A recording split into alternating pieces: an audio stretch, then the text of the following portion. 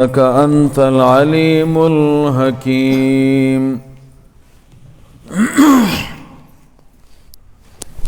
سبحان الله والحمد لله ولا إله إلا الله والله أكبر.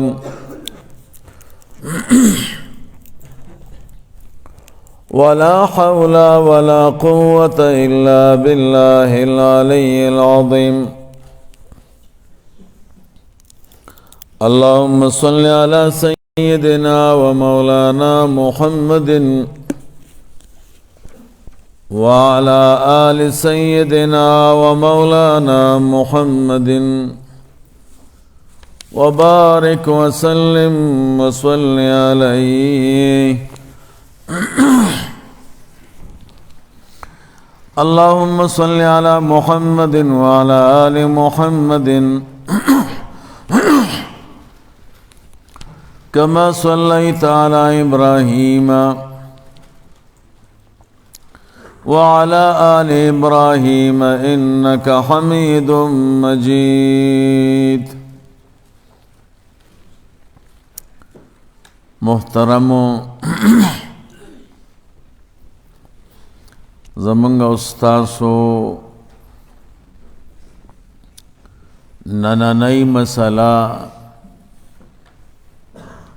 اغیتا قرأت خلف الامام وائی.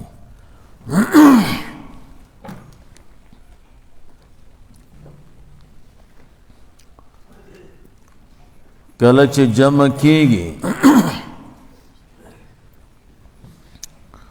او امام مخ کشی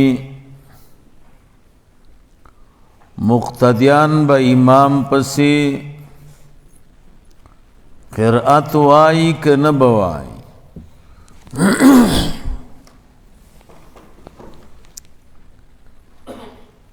دا مسلم دیر اوږده مسله ده. علماء د دې متعلق ډیر رسائل او کتابونه لیکلي دي.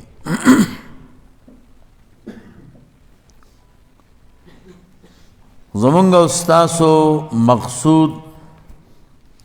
نفس مسئلے باندې پویدل دي. نو د ډیر اختصار سره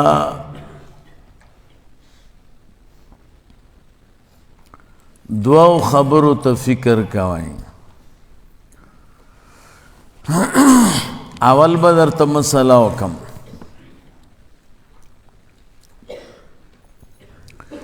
مسله دا ده چې څوک ځان لمونځ کوي هغه ته منفرد وایي. ځان لمونځ کوونکی به سورة الفاتحه وایي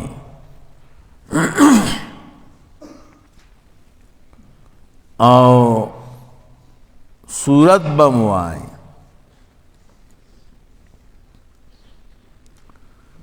دویم نمبر امام دے. یو سړی جمع ورکوي امامتی کوي. امام به هم سورة الفاتحه وایي او سورت بم وایي. ځکه امام په حق د خپل ځان کې منفرد دی کنه. امام خو چا پسې نیت نه کوي.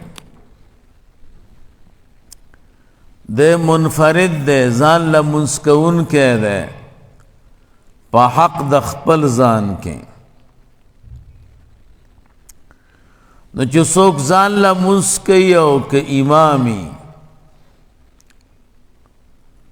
مونځ کې به سورة الفاتحه الحمدللہ بم وائیں او سورت بم وائیں.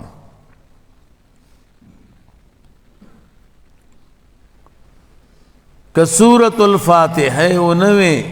منز ناقص دیں او کہ سورت انوے منز ناقص دیں.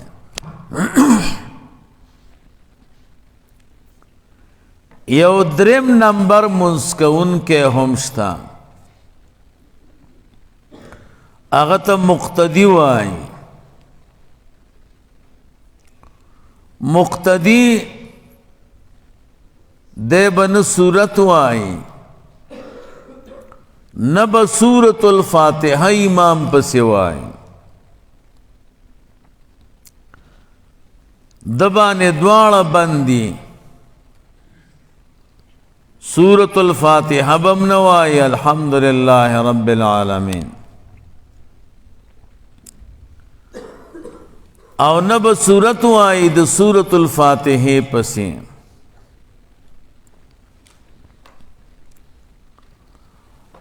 سورت بنوائی دی مسئلہ کے اتفاق دیکھا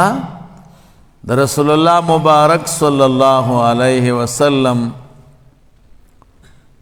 طول امت پدے متفق دے چھ مقتدی با امام پسی سورت نوائی سورت الفاتحہ بوائی کنا نو دیکھ دا علماء دو مسلک دی یو مسلک دا امام اعظم ابو حنیفہ رحمہ اللہ نے اغوی مقتدی با امام پسی سورت الفاتحہ نوائی نہ جہری منس کے او نہ پسری منس کے خکارا منزوی او کپٹ منزوی سورت الفاتحہ بنوائی دویم مسلک پکے داد ہے چکم جہری منز دے نو پاغے کے بنوائی کم چی سری منز دے پٹ منز نو پاغی کی بوائی درم نمبر مسلک دا دے کہ امام پزور منزوائی او کپ پٹا مقتدی بسورت الفاتحہ وائی پدی دریو والو مسلکونو مذہبونو مسلو کے دا ټولو نا قوی مسئلہ او صحیح مسئلہ کم یو دا صحیح مسئلہ دا دا چی نبوائی کہ امام منسخ کاروائی او کپٹ مقتدبہ نہ سورت وائی او نہ بسورت الفاتحہ وائی دغا مسئلہ زمانگا استاسو د دین او د اسلام مسئلہ دا او د ټولو نه قوی او افضل او کامل مسئلہ دا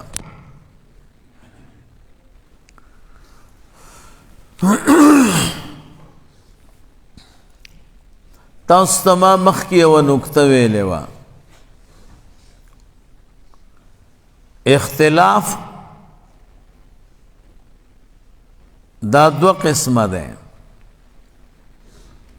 یو اختلاف دا مذہبونو دے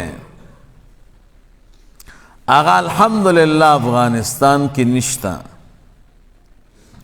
افغانان ټول په یو مذہب دی خواہ اغیتا احناف وائی زمانگا استاس حکومت امارت اسلامی ټول احناف تی الحمدللہ متفق و متحدیوں مذہبی اختلاف پکی نشتا دویم نمبر اختلاف دا اہل سنت والجماعت او دا غیر مقلدینو دے اغشتا اگر که اس سنوائی دا زمانگا استاسو دا مسئلو مقصد دا دے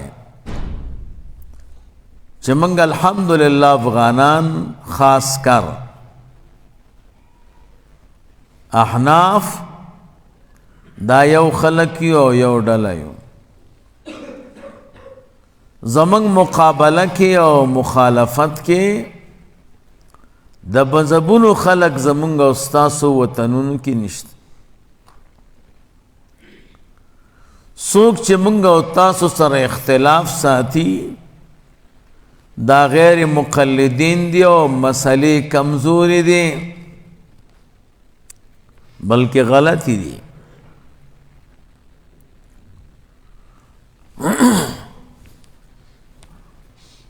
نو ذکر درته دا یو مسله مختصره بیانو. نو مسله دا ده چې کله امام پسې مقتدی ودرېږي نه به سورت وایي او نه به سورت الفاتحه وایي، دواړه به نه وایي. سورت او سورت الفاتحه چې دواړه نه وایي د دین زمنګ علما تعبیر کوي په قرأت خلف الامام سره. قرأت د قرآن کریم لستلو توایي او لستل د قرآن کریم دا د سورت الفاتحه په ویلو هم راځي او د سورت په ویلو هم راځي، د دواړو په ویلو. نو چې مقتدی به قرأت خلف الامام نه کوي نو سورت الفاتحه ته هم شامل شو او سورت ته هم شامل شو. ذهن کې مخبره کېناست. قرأت عام ده او سورت الفاتحه دام خاص ده او زم د سورت هم خاص ده. مسلم الثبوت کې مویلی دي کنا چې رفع د عام مستلزمه ده رفع د خاص لره کنا. قرأت عام ده او سورة الفاتحه خاص ده. نو چې رفع د عام راغله رفع د خاص خود به خود راځي کنه.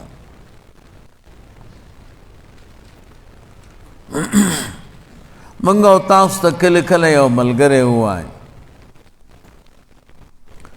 چې لکه زمونږ او تاسو مسله دا ده چې مقتدی به امام پسې سورة الفاتحه نه وای. مسله خدا ده او دا ستاسو چې کوم دلایل دي نو دا د دې دي چې مقتدی به امام پسې قرأت نه وای نو دعوه مخاصه ده او دلیل معام ده او قانون دا دی چې د دعوی او د دلیل په منځ کې لابدی وي د تقریب نه. تقریب چاته وای؟ سوق الدلیل على وجه يستلزم منه المدعا. دلیل دا سے چلول چې دا غینه مدعا لازم شي. نو دلیل معام ده قرأت ده او دعوه مخاصه ده سورة الفاتحه ده. منگوایو مولوی صاحب خبره خود صحیح ده خود قرآن کریم او دا حدیثونو چې استدلال که نو دا په اسلوب و د عربیت کې کنه. د عربیت چې کوم قانون دی نو پاغې ترې نه مسلې روزي او د عربیت قانون دا دی چې رفع د عام مستلزم وی رفع د خاص لره. کله چې دعوه خاصه ای په رفع کې نو دلیل په رفع کې عام پیش کولی شي او که وضع نو چې دعوه خاصه ای نو په دلیل کې عام نشي پیش کولی ځکه وضع د عام مستلزم وضع د خاص لره نه ده. دا خبر رانه لګه ګران طرف ته لاړه زمونږ استاسو مقصد دا دی چې عام ساده خلک هم ورباندې پوه شي. نو مسله دا د مولوي صاحب ښه امام پسې به مقتدي سورة الفاتحه نه وایي، الحمد شریف به نه وایي او نه به سورت وایي. دې مسله کې زمونږ استاسو اکثر ملګري غلط کړي دي. تا سره به صف کې ولاړ او سورة الفاتحه به امام پسې وایي، ته ورته دا ولې وی لا صلاة لمن لم یقرأ بفاتحة الکتاب. نو د هغه پوهېدل خو هم غټه لانجه ده. نو مسله مو زده کړه، مقتدي به امام پسې سورة الفاتحه نه وایي. دا مسله شوه. دی مسله باندې درته 15 دلایل ویم ښه، بلکې 6 دلایل. مونږ سره الحمدلله د 200 نه دلایل پورته دي، خو بیا خو زمونږ استاسو مقصد فوت کېږي. نو 6 دلیله به درته وویم ښه. اولنی نمبر د قرآن کریم آیت. قرآن کریم کے سورة الاعراف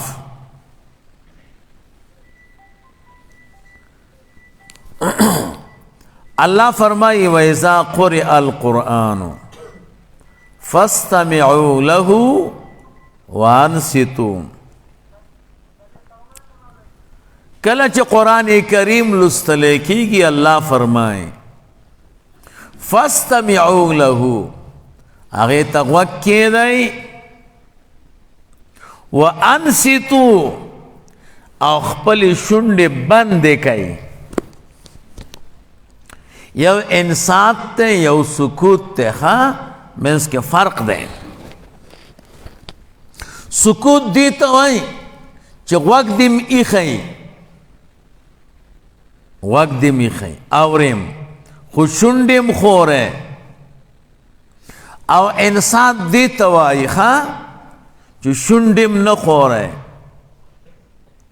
بخاری شریف کې 2 صفحه کې د انصات معنا ده. نو الله فرمایي کله چې قرآن کریم لوستل کېږي تاسو ورته غوږ کېږدئ او شونډې بندې کئ. نو خبرې الله 2 کړي دي، فاستمعوا له یو، وانصتوا 2. 2 حکم ولې راغله؟ منځونه 2 قسمه دي کنه، یو جهري او بل سری. نو فاستمعوا له فی الجهریت، غوږ کېږدئ دی قرآن کریم ته په جهري منځ کې، او شونډې بندې کئ په سري کې، شونډې بندې کئ. دا د الله تعالی خبره ده او موږ او تاسو مسلمانان یو، د خپل رب خبره به منو. نو امام چې کله قرآن کریم وای، قرآن کریم سورة الفاتحه تم وای او سورت تم وای. نو حکم دا دی چې غوږ بږدي او چپ به.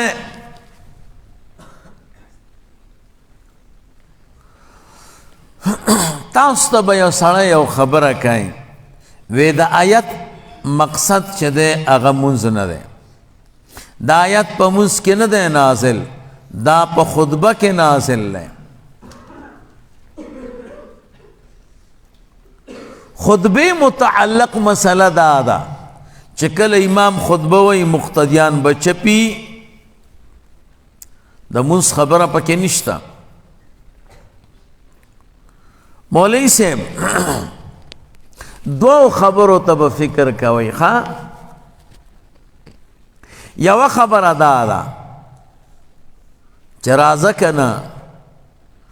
صحابه کرام به وګورو چې د دې آیت نه استدلال په منځ کړی دی او که خطبه ویلې ده.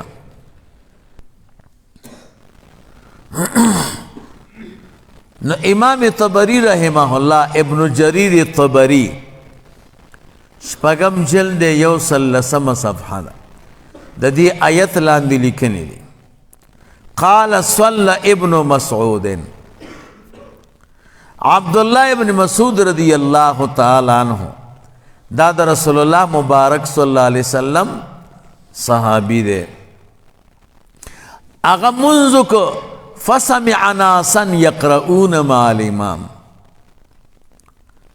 دا مقتدیانو نے وورے دا چی امام سر قرأت وے فانصرفا کل چی عبداللہ ابن مسعود رضی اللہ تعالی عنہ فارغ شو نو قال وی فرمائل اما آن لکم ان تفقہو اما آن لکم ان تعقلو. تاسو باندې هغه وخت لا نه دی راغلی چې پوه شئ او د عقل نه کار والی. ما پسې مو څنګه قرأت وې اذا قرئ القرآن فاستمعوا له وانصتوا كما امركم الله. کله چې قرآن کریم لوستلی کېږي تاسو ورته غوږ کېږدئ او چپ شئ څنګه چې الله درته امر کړی. دا د رسول الله مبارک صلی الله علیه وسلم صحابی دے. دے د دې آیت نه استدلال په منځ باندې کوي او امام حاکم سے فرمائیں قد اتفق الشیخان على ان تفسیر الصحابی مسند عندهما. امام بخاری رحمہ اللہ اور امام مسلم رحمہ اللہ دواړو اتفاق کړی کله چې صحابي د قرآن کریم تفسیرو کی دا په منزله د حدیث مرفوع ده. دا ورته رسول الله مبارک صلی الله علیه وسلم ویلي. نو دا الله پیغمبر فرمائے چې دا آیت متعلق د منځ ده. دویم نمبر امام علوسی رحمہ اللہ فرمائے امام مجاہد رحمہ اللہ فرمائے قال قرأ رجل من الانصار خلف رسول اللہ صلی اللہ علیہ وسلم فی الصلاة. امام مجاہد سے بیولوی مفسر دے. اگا فرمائے یو انصاری صحابی رسول اللہ مبارک پسی منسکاو او دا نبی علیہ السلام پسی رستو قرأتوی فنزلت دا آیت نازل شو وَإِذَا قُرِئَ الْقُرْآنُ فَاسْتَمِعُوا لَهُ وَأَنْصِتُوا.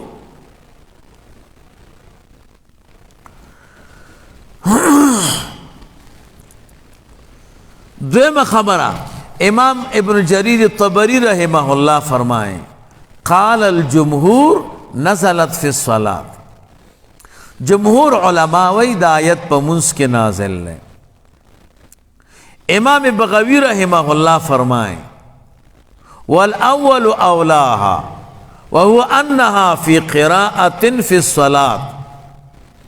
سوک چه دا وی چه دا آیت پا منس کے نازل لیں وی دا قول غرد ہے لأن الآیت مکیت والجمعة وجبت فی المدینہ. خطبہ خب جمعہ کی کنا نو آیت مکیت ہے او جمعہ چه دا اغا مدینہ منورہ کے فرش ویدا نو آیت مکہ مکرمہ کے نازل لے نو معلومی کی دا چی دا دا مز متعلق. درم نمبر حافظ ابن تیمیہ فرمائیں الآیت مکیت والخطبت مدنیت. وی آیت مکیہ دے او منظم مکیہ دے او جمعہ و خطبہ دا مدنیہ دا نو اولادا دا چی دا دا منصر متعلق دے. بلا خبر دا دا چلو زدا پا خطبہ کے دے خطبه کې ډېر تلاوت کېږي که په منځ کې هر کله چې خطبه کې لږ تلاوت کېږي او حکم دا دی چې فاستمعوا له وانصتوا نو منځ خو من باب الاولی دی. خلاصه دا راووته مولوي صاحب د الله تعالی حکم دا دی کله چې امام جمع ورکوي مقتدیان با امام پسې سورة الفاتحه نه وایي. دا د قرآن کریم آیت او بشمار تفسیرونه ښه وخت کم دی. نو یو دلیل مو د الله تعالی کتاب دی.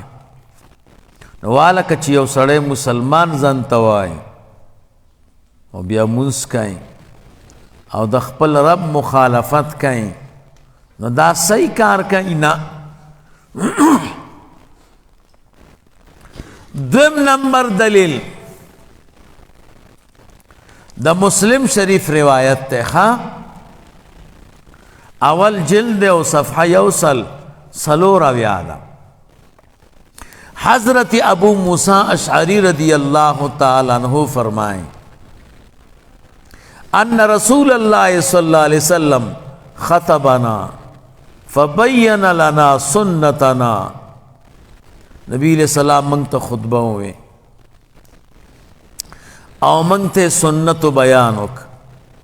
منذرات او خود اور نبی علیہ السلام فرمائل اذا صلیتم اے صحابہ کلچ منس کوئی فاقیموا صفوفکم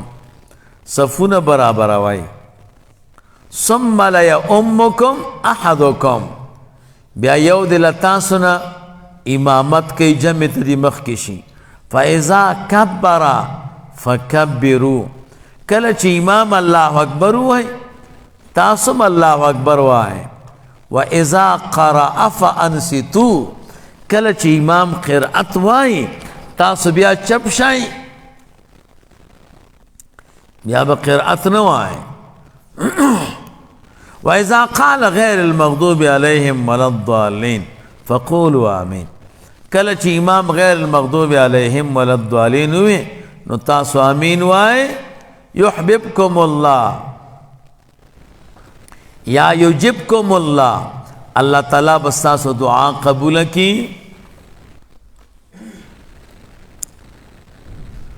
نو دا صحیح روایت تے دا مسلم شریف خواہ ابو موسیٰ اشعری رضی اللہ تعالیٰ عنہ فرمائیں رسول اللہ مبارک کو فرمائے اذا قرأ فانصتوا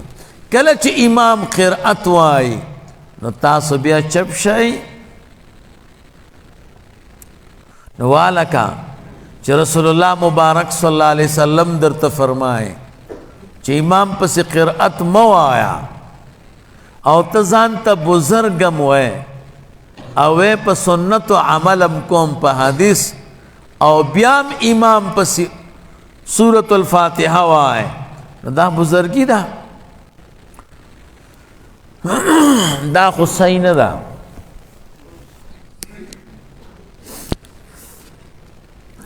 درم نمبر دلیل حضرت ابو ہریرہ رضی اللہ تعالی عنہ نے روایت قال قال رسول اللہ صلی اللہ علیہ وسلم رسول اللہ مبارک صلی اللہ علیہ وسلم فرمائل انما جعل الامام لیؤتم به. امام دید پار مقرر کڑے شوے دے چھ دپسی دے اقتداء کڑیش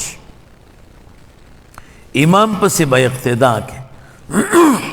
فَإِذَا كَبَّرَ فَكَبِّرُوا کلچ امام تکبیر ہوائیں تاسم تکبیر ہوائیں. وَإِذَا قَرَأَ فَأَنْصِتُوا او چھ امام کل قرأت ہوئی تاسو چپ شئی. داد سنن نسائی روایت تے خواہ اول جلد ہے یوصل و شپک سلویخ صفحہ. نو رسول اللہ مبارک صلی اللہ علیہ وسلم فرمائے امام چکل قرأت وائے تاسو چپ شئی.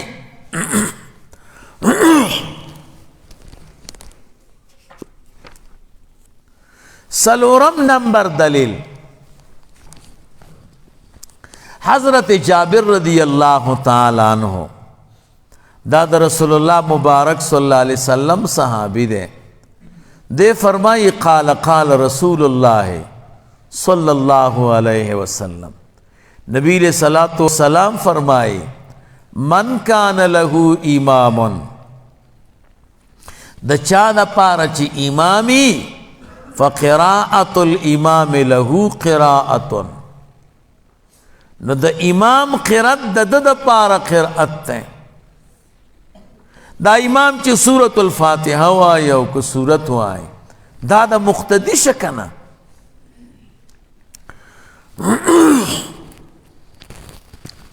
او بل روایت کې د جابر صاحب نه راغلی دی نبی علیہ الصلوۃ والسلام فرمائے من صلی خلف الامام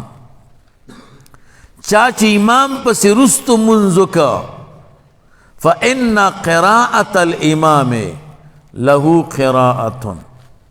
د امام قرأت د قرأت دے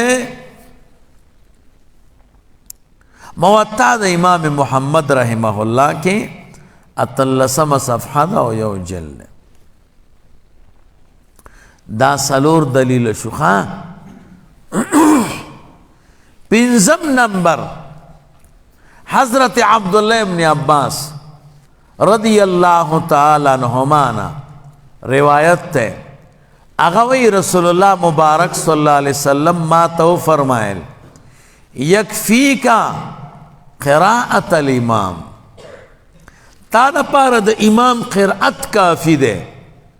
خافت او جہر کہ امام پٹ قرأت وائی او کخکارا نو دا امام قرأت در تکافی دے سنن دار قطنی اول جلد او درے سوا یو دیر صفحہ دا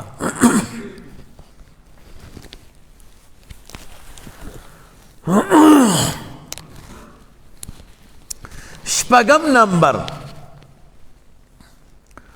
عبداللہ ابن عمر رضی اللہ تعالی عنہما دا پا صحابہ کرامو کے دیر دا رسول اللہ مبارک یو تابدار دا سنتو دے کان اذا سئلہ عبداللہ ابن عمر رضی اللہ تعالی عنہما نا بچی پختن اوشوا حل یقرأ خلف الامام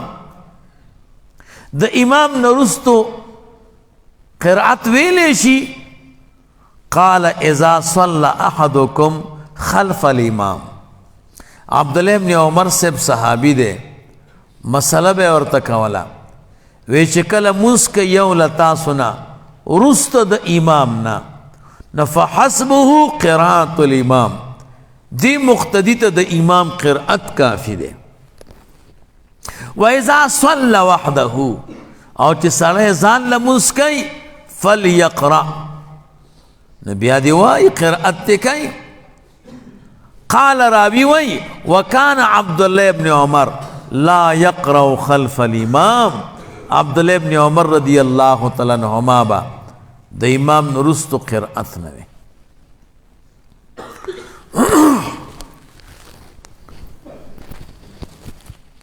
مولوی سے صحابہ کراموں کے خلفاء راشدین ابو بکر صدیق رضی اللہ تعالیٰ عنہ عمر فاروق رضی اللہ تعالیٰ عنہ حضرت عثمان رضی اللہ تعالیٰ عنہ اگوی بخلق منی کول چا با امام پس رستو قرأت وی نبے پر خودن نو مسئلہ دا دخوا چی مقتدی با امام پسی سورة الفاتحہ والحمدللہ نوائی او دا مسئلہ دا قرآن کریم دا او دا دا رسول اللہ مبارک صلی اللہ علیہ وسلم دا او دا دا صحابہ کرامو او دا خلفاء راشدینو دا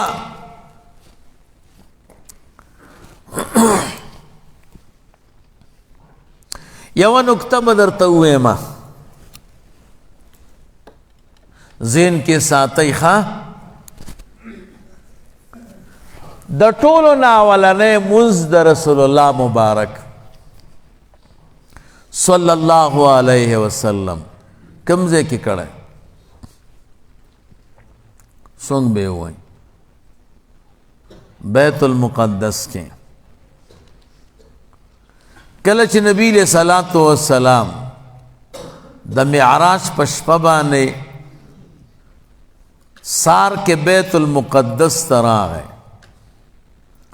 ټول پیغمبران علیہم السلام رسول اللہ مبارک صلی اللہ علیہ وسلم پسی ودرېدل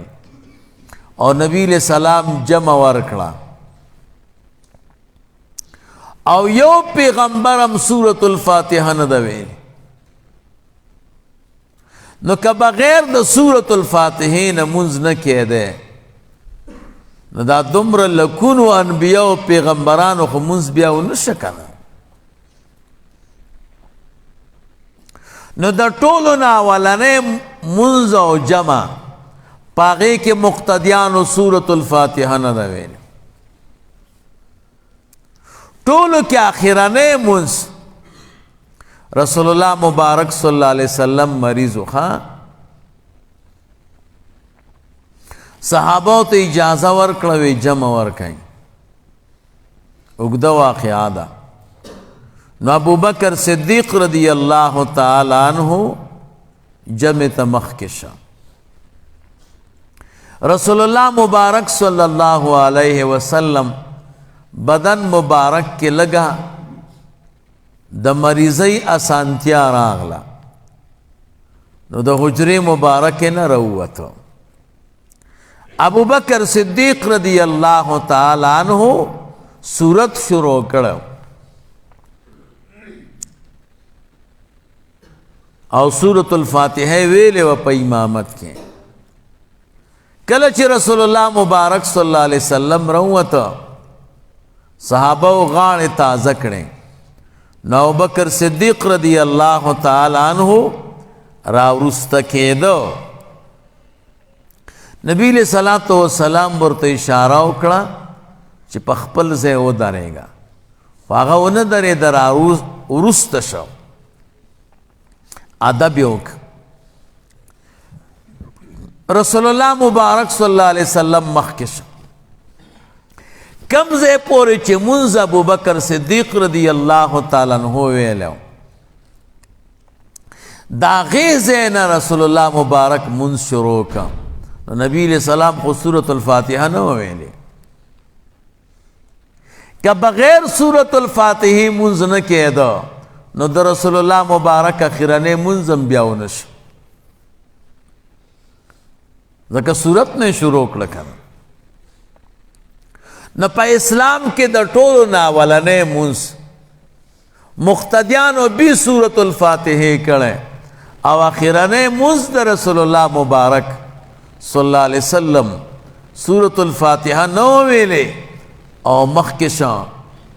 نو که بغیر سورة الفاتحه نا منز نکیدو نبی عددی سا مقصد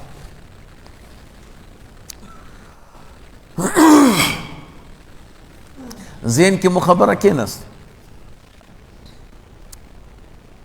بلا یو قیمتی نکتہ بدرتا ہوا ہے زمنگ دا اسلام او دا دین مسئلہ دادا کل جمعات تراغ لے بخاری شریف روایت درتا ہے کل جمعات تراغ لے او جمع ولاڑی او امام پر رکوع کی او مقتدی جماعت تراغ ہے او دا امام پر رکوع کے لان دیکھو امام سر پر رکوع کی شریک شو دا منزو شکنا منزو شو مدرک دا رکوع دا مدرک دا رکات دے دا اتفاقی مسئلہ دا نو دغه مقتدی چی امام پر رکوع کے لان دیکھو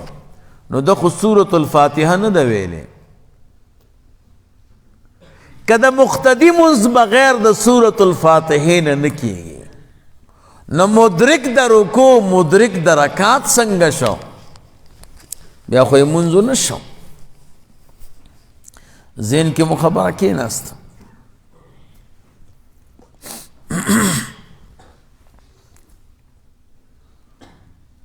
نو پنځه خبرې مې درته وکړې. مسله دا ده چې مقتدی به امام پسې سورة الفاتحه نه وایي. دا مسله شوه. څوک درته وایي دلیل، ورته پنځو خبرو ته به فکر کوي. مقتدی به امام پسې سورة الفاتحه ځکه نه وایي چې دا موږ ته خپل رب ویلی دي که نه. الله تعالی راته فرمایي چې مقتدی به امام پسې سورة الفاتحه نه وایي او د سورة الاعراف آیت به ووایي او د صحابه او تفسیر به پیش کړي. یوه خبره. دویم نمبر خبره، مقتدی به امام پسې سورة الفاتحه نه وایي. ولی؟ دا موږ ته خپل پیغمبر صلی الله علیه وسلم ویلي دي که نه چې د چا امامي نو د امام قرأت د قرأت ته، نو دا زمونږ د پیغمبر صلی الله علیه وسلم مسله ده. مسلمان خودی ته وایي چې د الله به مني، د الله د پیغمبر به مني که نه. او دغه دلایل به ورته ووایي. دریم نمبر،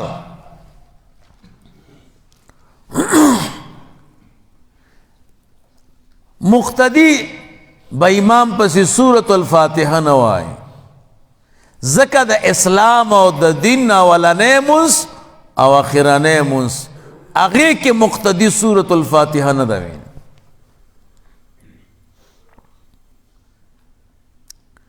څلورم نمبر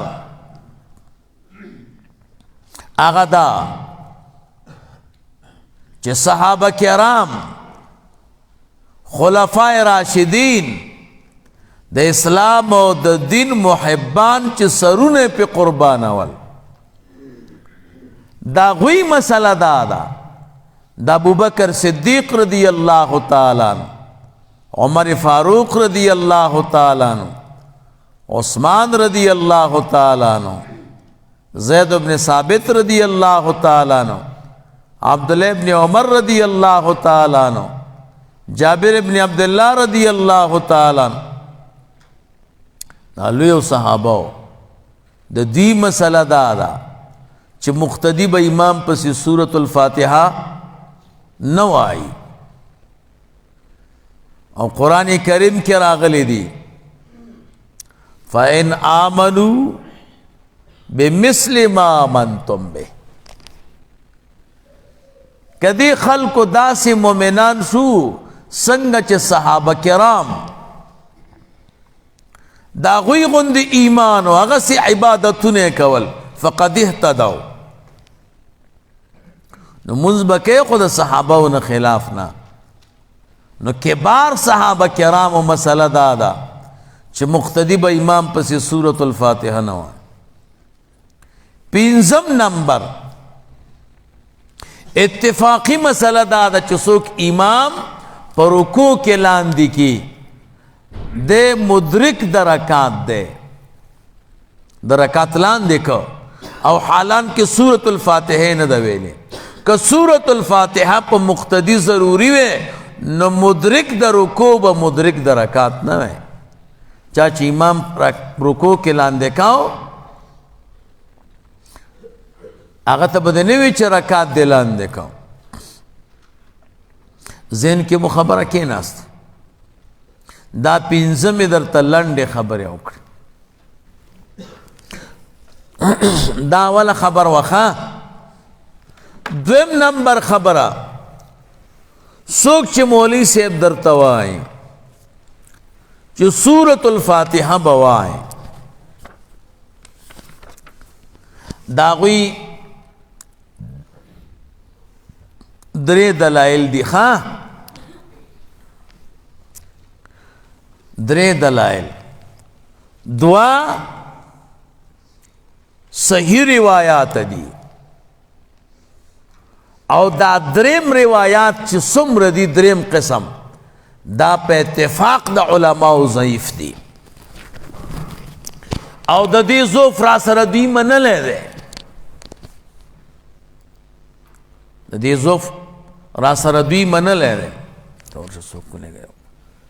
لوټه کې اوبه راوړه رپي لوټه کې لږ ګرمې اوبه راوړه اودس کړو دوی را سره د دې ضعف منلی دی هغه صحیح روایات به درته ووایم او ضعیف خو هسې هم ضعیف دی د دې نه اخوا چې څومره روایات درته وي ټول کمزوري دي دوی موږ سره منلي دي اولنی نمبر دلیل او صحیح روایت دا حدیث تا حضرت عبادہ ابن صامت رضی اللہ تعالی عنہ نے رسول اللہ مبارک صلی اللہ علیہ وسلم فرمائیں لا صلاۃ لمن لم یقرأ بفاتحة الکتاب دا اغا چا منس کامل نہ دے چې څوک سورة الفاتحه نه وایي حدیث ته بخاری دی ښا او دا حدیث ټولو کتابونو کې تقریبا راغلی مسلم شریف کې ترمیزی کې ابو داود کې نورو دا حدیث کتابونو کې حدیث صحیح دی په اعتبار د سند سره او قابل د قبول دی مشکل کم ځای کې دی مشکل دا دی چې ترجمه غلطه کوي تاسو ته ما ابتدا کې ویلو کنه حدیث باندې د عمل کولو شرایطو کې حدیث صحیح دی الفاظ صحیح دي خدا دوی چې کومه ترجمه کوي او کومه مسئله ترې راایستلې ده نو دا غلطه ده د حدیث معنی غلطه کوي د دې حدیث متعلق 15 خبرې ذهن کې ساتئ ښه اولنۍ نمبر خبره دا حدیث یوازې په بخاری شریف کې نه دی دا مسلم شریف کې هم دی مسلم شریف کې ور سره یو ټکی زیات دی لا صلاة لمن لم یقرأ بفاتحة الکتاب فصاعدا دا هغه چا مونځ نه کیږي او کامل نه دی چې نه سورة الفاتحه ووایي نه ور سره نور څه شی ووایي ذهن کې مو خبره کېناسي ده نه سورة الفاتحه ووایي نه ور سره نور څه شی زیات کی دا حدیث په سنن ابي داود کې هم دی هغې کې داسې دی ښه لا صلاة لمن لم يقرأ بفاتحة الكتاب او ما زاد نو سورة الفاتحه وایي نه د دې سره زیاتی صورت وایي دویم روایت کې ور سره داسې دي لا صلاة لمن لم يقرأ بفاتحة الكتاب او ما تيسر نو د مسلم شریف د سنن ابي داود د روایاتو نه دا معلومیږي چې د حدیث مقصد دا دی چې د هغه چا مونځ کامل نه دی چې نه سورة الفاتحه وایي او نه سورت وایي دا د حدیث الفاظ دي او ما تاسو ته وی اتفاقی مسئله دا ده چې صورت په مقتدی باندې نشته صورت به څوک وایي ځان له مونځ کوونکی او امام نو د حدیث مقصد دا دی چې نه سورة الفاتحه وایي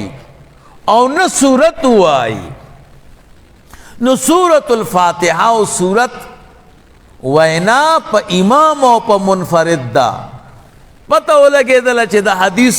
تعلق د منفرد سره دی مقتدی سره نه دی که دا درته وایي دا د بخاري حدیث دی او د دې په مقابله کې دا نور دا حدیثو کتابونه متروک دي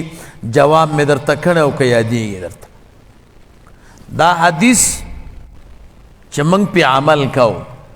د دې وجه نه ده چې بخاري شریف کې راغلی حدیث خو د رسول الله مبارک صلی الله علیه وسلم دی کنه د نبی علیہ السلام خبره چې د حدیثو په هر کتاب کې راغله او صحیح وه موږ او تاسو به منو دا ضرور نه ده چې بخاری شریف کې حدیث راشي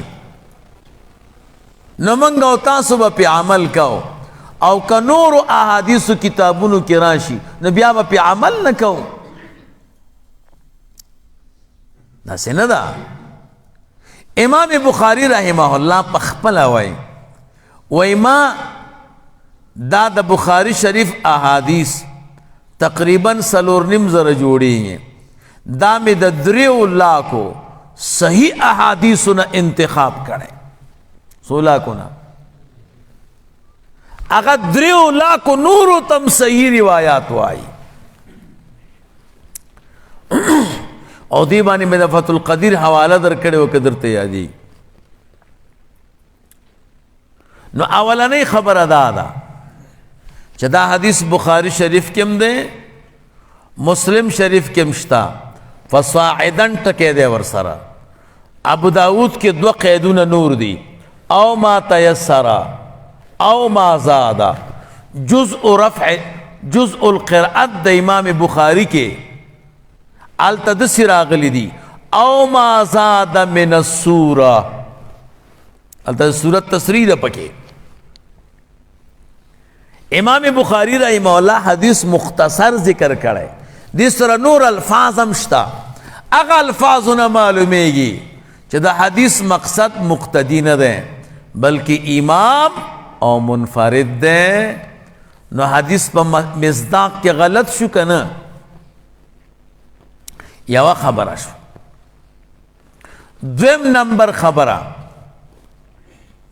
مولوی صاحب دا حدیث په بخاری شریف کې دی او بخاری شریف کې دا حدیث هم دی چې څوک امام پر رکوع کې لاندې کی نو د رکعت لاندې کو اوس که د دې حدیث مقصد داش چې مقتدی به سورة الفاتحه وای د دوی دا معنات راوالو الته بخاری شریف کې هم راغلی دي بل حدیث کې چې امام چا رکوع کې لاندې که نو دې د رکعت لاندې که نو الته خو سورة الفاتحه نه ده ویلې ام د بخاری شریف حدیث ده الته منځ بغیر سورة الفاتحه صحیح ده دام د بخاری حدیث ته که د دې د دوی معنا واخلو نو د دې مقصد دا دی چې بی سورة الفاتحه مونځ نو دواړه احادیث د بخاری دي نو منځ کې تعارض راغی که نه اوس په کوم عمل کې چې په یو عمل کې بل پاتې کیږي پته ولګېدله چې لا صلاة لمن لم یقرأ بفاتحة الکتاب دین چې دوی کومه مسله راویستلې ده دې غلطه راویستلې ده دا د امام او چې څوک ځان لمونځ کوي د هغه متعلق دی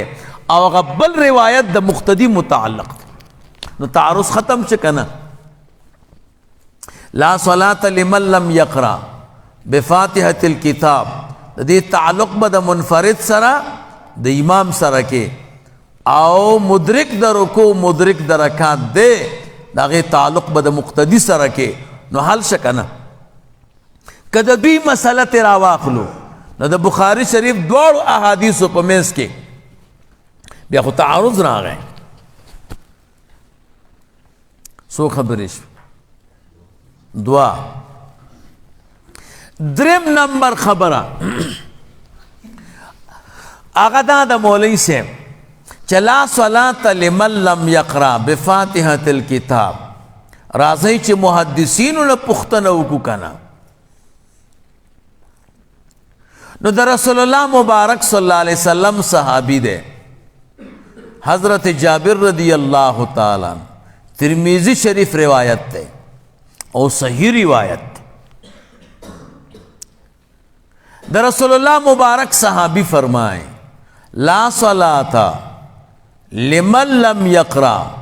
بفاتحة الكتاب الا ان یکون وراء الامام. دا جابر سے فرمائے عمدہ حدیث راوڑے.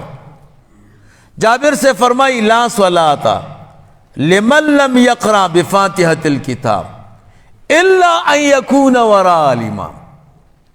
کہ امام پسیوی نو سورة الفاتحہ بنوائے. والکد رسول اللہ مبارک صلی اللہ علیہ وسلم صحابی دا حدیث تفسیر یو شان کئی او تی بل قسم کے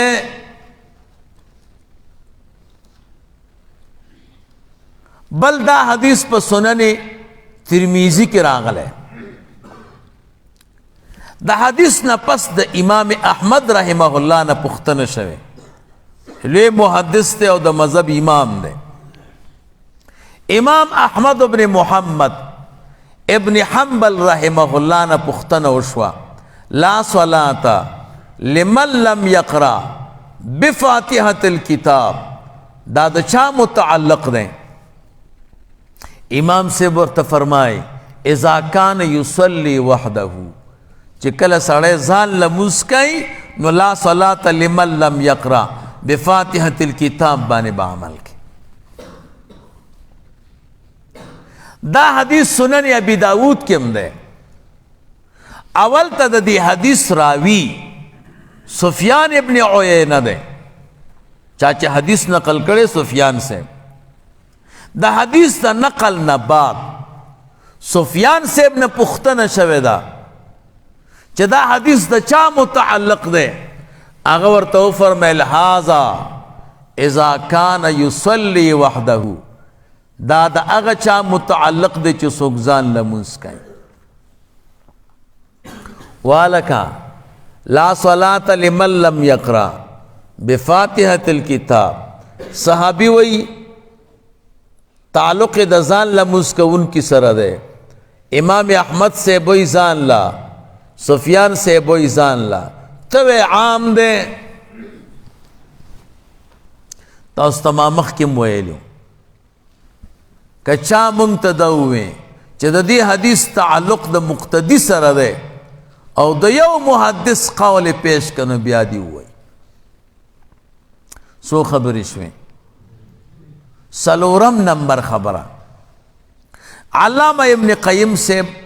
دا غیو کتاب دے بدائع الفوائد ورتوائی. دا حوالے در توائی ما سرب انشاءاللہ دی موبیل کی. علامہ ابن قیم سے دا غی کتاب دے بدائع الفوائد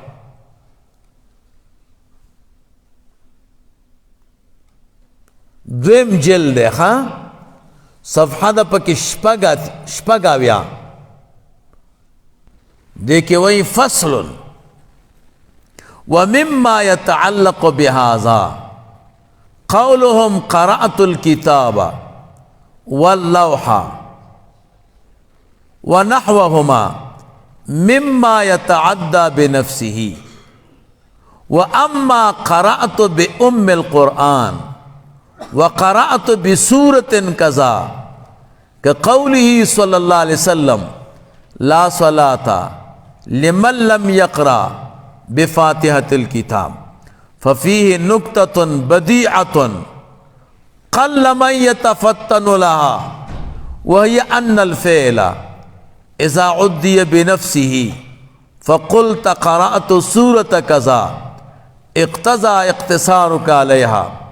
تخصيصها بالذكر وأما إذا عدي بالباء فمعناه لا صلاة لمن لم يأت بهذه السورة في قراءته وفي صلاته اے في جملة ما يقرأ به. بحث پہ کھڑا دے مسئلہ دا کلچ فعل متعدی شی مفعول به تا بغیر دا واسطی دا حرف جرنا قرأتو سورت کذا نو د دې معنا دی چې همدا یو صورت می ہوئے نور تلاوت میں نه دی کړی کله چې فعل متعدی شي مفعول به تا په واسطه د حرف جر سره قرأت بسورت کذا نو دې معنا ده چې ما ډیر تلاوت وکړ خو زما د تلاوت د جملې نه دا صورت هم ده دقه حدیث راوړی دی لا صلاة لمن لم يقرأ بفاتحة الكتاب دلته بار اغلی ده کنه یقرأ متعدی ده فاتحة الكتاب ته په با سره دی وی د دې مقصد دا ده چې نه سورة الفاتحه وای او نه ور سره سورت وای دقه معنا دا وای نو سلور خبره مې درته وکړې د سلور خبرو خلاصه دا ده چې لا صلاة لمن لم يقرأ بفاتحة الكتاب حدیث صحیح ده بخاری شریف کے مسلم شریف کے سنن ابی داود کے سنن ترمذی کے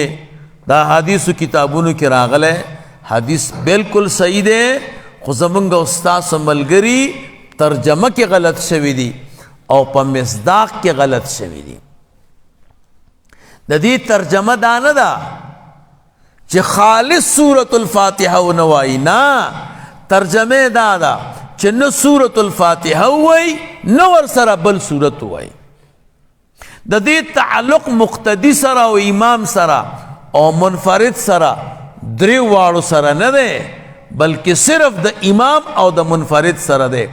مقتدی د دین وتلی ده نو د حدیث مقصد مقتدی نه ده د حدیث مقصد چې څوک ځان لمونځ کوي نو په مصداق کې غلط شوي دي او زمونږ عام ساده ملګري غلط کړه کنه تاسو ته به وایي چې دلته من راغلی کنه لا صلاة لمن لم يقرأ من نه ګورئ او من او ما خو عام دي کنه منګ وایو والکا منار چې د نور الانوار متن دی باغی کی راغلی دی ان من و ما عامت وقد تخصان من او ما عام دی خو کل کل خاص کیږي هم تخصیص هم پکې ده قرآن کریم کې راضی کنا والسماء قرآن کریم کې چې راضی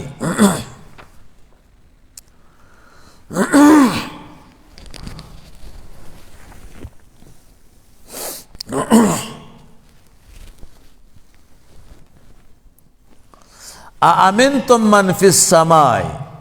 أن يخسف بكم الأرض أأمنتم من في السماء تچارزه کې من تعام وې دلته سکے دلته د الله تعالی ذات ته مراد ده کټول ملائکه ته مراد د الله تعالی ذات ته مراد ده هغه د من ده او خاص ده دغه رنګ قرآن کریم کې راځي ويستغفرون لمن في الارض دا ملائکه طلب د بخنی د الله نه کوي لمن فی الارض نو ټول خلقو ته کوي ک نیکانو بندگانو ته ملائکی چې دینو دغه کوي دعا کوي خو نیکانو ته کوي بدانو ته خو نه کوي کنه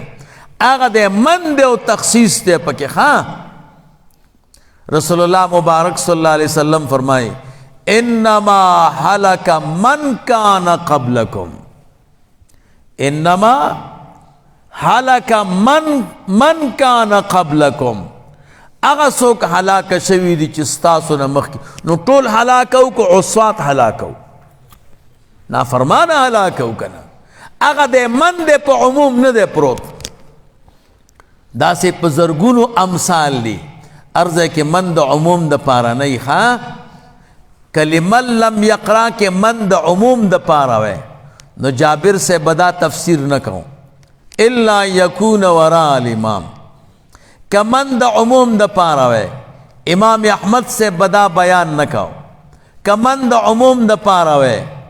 سفیان ابن عیینہ چې د حدیث راوی دے هغه به نه وی چې دا د ځان لمونځ کوونکي سره تعلق لري عرض کې من د عموم د پاره نه ښه که من د عموم د پاره وی رسول الله مبارک بنوي من کان له امام فقراءة الامام له قراءت دا مولوی صاحب لنډ می درتا سلور خبر د دې حدیث متعلق کړي ها او په مسله پوه شئ ماشاءالله چې دا حدیث تعلق د ځان لمونځ کوونکي سره ده د مقتدی سره نه ده دویم نمبر صحیح حدیث مسلم شریف کی دی مسلم شریف کی روایت ہے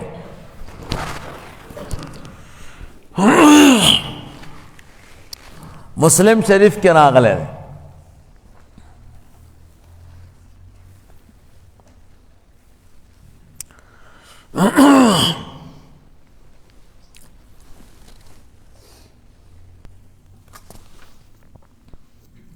حضرت ابو ہریرہ رضی اللہ تعالی عنہ فرمائیں قال قال رسول اللہ صلی اللہ علیہ وسلم نبی علیہ السلام فرمائل من صلی صلاة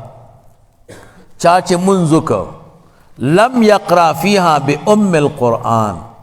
اور پاغے کی سورة الفاتحہ ونوے نفہی خداج منز ناقص تے رسول اللہ مبارک درے کرتوی غیر تمام یعنی پورا نہ دے فقیل لابی ہریرہ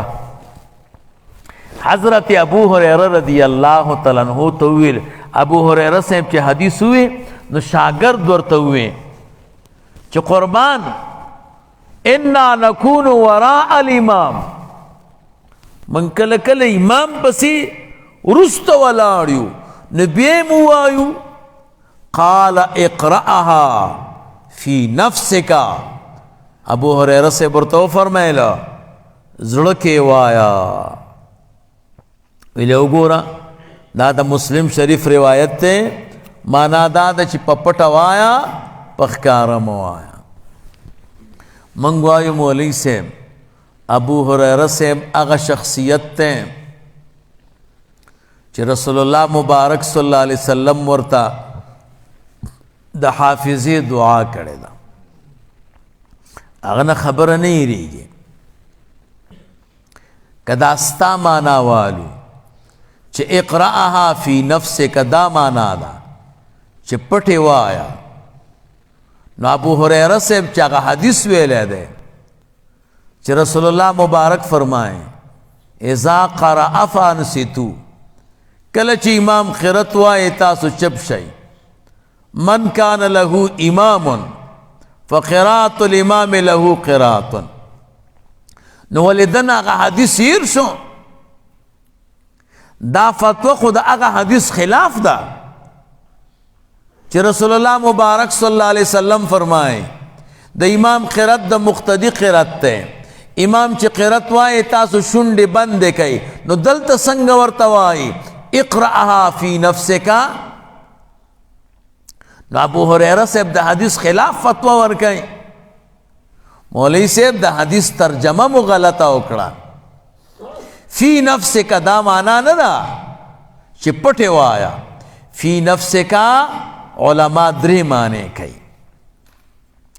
یو مانا دا زان لا منگو تاسو کافیہ ویلے دا کنا الاسمو ما دل علی معنن فی نفسی فی نفسی سمانا زان لکو پٹو زان لا مشہور حدیث راغلے دے رسول اللہ مبارک صلی اللہ علیہ وسلم فرمائیں اللہ تعالیٰ فرمائیں کلچ انسان ما یادائی فی نفسی ہی زان لم یادائی نو ذکرتو فی نفسی زی زان لیادوم وَإِذَا ذَكَرَنِي فِي مَلَئٍ کلمی چی ڈل خلق منس کی یاد آئی ذکرته فی ملئ خیر منه، زی پیادا سے ڈل کی یادوم چې د ډلې نه بهتري. الته فی نفسی سمانا ځان لا، نو دلته معنا دا ده فی نفس کا معنا ځان لا، دقیق معنا ده. دا معنا چوکې نو د ابو هریره صاحب د دوار د فتوی او د حدیث په منځ کې به تعارض رانشي. دغه معنا. دویم نمبر خبره دا ده چې فی نفس کا معنا تدبر دی، فکر دی. کله چې امام قرأت وای نو ته پکې فکر کوا. اطلاق د قرأت په تدبر او په فکر باندې کیږي. النهایه فی غریب الاثر د علامه ابن الاثیر چې وګورئ هغه ورته بشمار امثال ویلي دي، چونکې مانا وخت اوږدېږي نو ځکه هغه درته نه یم. نو د حدیث دا مقصد دی. دریم نمبر خبره دا ده چې مولوي صاحب موږ درته د الله تعالی کتاب ویلی د آیت او د رسول الله مبارک صحیح احادیث مو درته ویلي دي او ته د صحابي قول پیش کړې. دا مسلمه قاعده ده چې کله د صحابي قول د قرآن کریم او د صحیح روایاتو مقابله کې راشي نو عمل به په احادیثو کې او د صحابي قول به متروک کیږي. اول خو موږ محمل درته وښوده، خو د دې باوجود هم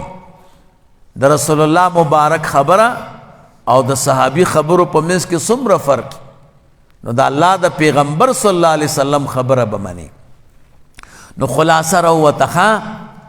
د دین باقی چې کوم روایات درته وایي نو ځان ته به څلور کتابونه پیدا کړي. سنن د البانی، سنن ترمیزی، سنن ابن ماجہ، سنن ابی داود، سنن نسائی. او چې حدیث ویم دی څلورو نه وای، بس ورته وای کتاب راک.